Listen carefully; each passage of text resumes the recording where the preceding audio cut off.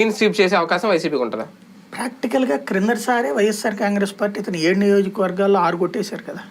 అవును, బేసిక్గా విజయవాడ ఈస్ట్ తప్ప మొత్తం 6 గెలిచారు.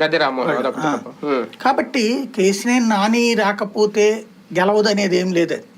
అయితే ఈ దఫా టఫ్ ఫైట్ ఉంటుంది కాబట్టి కేసినేని నాని అడిషనల్ అడ్వాంటేజ్. పైగా లోక్సభ స్థానం కూడా అంటే వీళ్ళకి సరైన క్యాండిడేట్ లేకపోవడం. ఒకసారి పీవీపీ కాకుండా ఆ టైంలో కేసినేని నాని ఉంటే అది కూడా కొట్టేవాళ్ళం.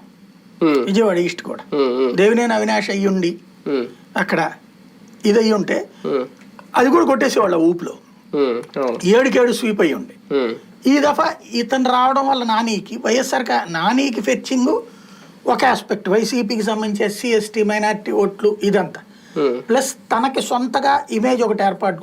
ఎందుకంటే తను హానెస్ట్, ఎక్కడ లంచాలు తినలేదు, డబ్బులు తినలేదు, ప్లస్ మంచి ఎవరు చేసిన అభివృద్ధి ఎవరు చేస్తున్నా వాళ్ళని అప్రిషియేట్ చేశాడు, ఇంక్లూడింగ్ వైసీపీ వాళ్ళని. ఇప్పుడు వసంత కృష్ణ ప్రసాద్ అయినా లేకపోతే ఇతరత్ర వాళ్ళని కూడా తను అభినందిస్తూ వచ్చాడు. ఆ విధమైనటువంటి ర్యాపో మెయింటైన్ చేసుకుంటూ వచ్చాడు. ఇంకోటి ఒక బలమైన నెట్వర్క్ తయారు చేసుకుంటాడు. ప్రతి అసెంబ్లీ నియోజకవర్గ పరిధిలో ఒక బలమైన నెట్వర్క్ తయారు చేసుకుంటాడు. అది యాడెడ్ అడ్వాంటేజ్ అవుతుంది, నానికి అవుతుంది, వైసీపీకి అవుతుంది.